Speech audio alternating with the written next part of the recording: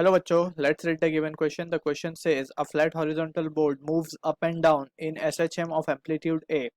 Then the shortest permissible time period of the vibration such that an object placed on the board may not lose contact with the board is. So option A given है 2 pi under root g by a. Option B is 2 pi under root a by g. Option C is 2 pi under root ga. D option given है 1 by 2 pi under root g by a. So in order to understand a given question, हमें ये समझना होगा for an SHM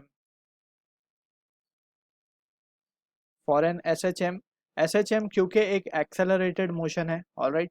तो यहाँ पे जो force लगती है that is been given by the formula ma. और यहाँ पे वी कैन से अगर हम बात करें कि जो एक्सेलरेशन, जो मैक्सिमम एक्सेलरेशन यहाँ पे पार्टिकल पे लगता है जो कि SHM परफॉर्म कर रहा है दैट इज a max. सो हम इसे लिख सकते हैं a max की वैल्यू आती है omega square into a, that is a क्या होता है यहाँ पे एम्पलीट्यूड, ऑलराइट.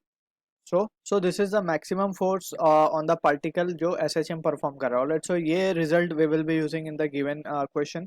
अब यहाँ पे हमें एक बोर्ड गिवन है, let's say this is the board और इसके ऊपर वी हैव ऑब्जेक्ट रखा है कोई एक, alright. This is the object.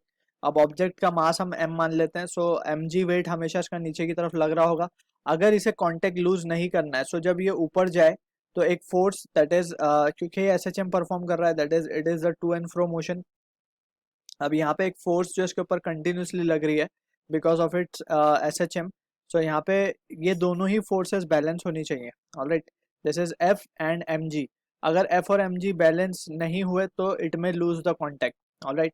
So from this point of view force जो मैक्सिमम लग सकती है which we have already calculated that is omega square m omega square a will be equals to mg. अब यहाँ से we are interested in finding the value of time period. किस shortest permissible time period मतलब कितना minimum time period होना चाहिए so that it may not lose the contact. तो वो हम निकालने की कोशिश करेंगे. यहाँ से ओमेगा को हम लिख सकते हैं 2 pi by T and that will be in square a and that is equals to g. अब एम्पलीट्यूड यहाँ पे हमें स्मॉल a दिया है so we will replace it with small a, alright. So यहाँ पे we can say now therefore हमें finally ढूंढना क्या है, हमें ढूंढना है time period. So time period की value we can write time period यानी टी स्क्वायर को हम लिख सकते हैं 4 pi square, alright. 4 pi square a by g. अब finally the expression of t comes out to be 4 pi का 2 pi हो जाएगा रूट में से और this will be under root a by g. So this is what the expression we are getting for the time period.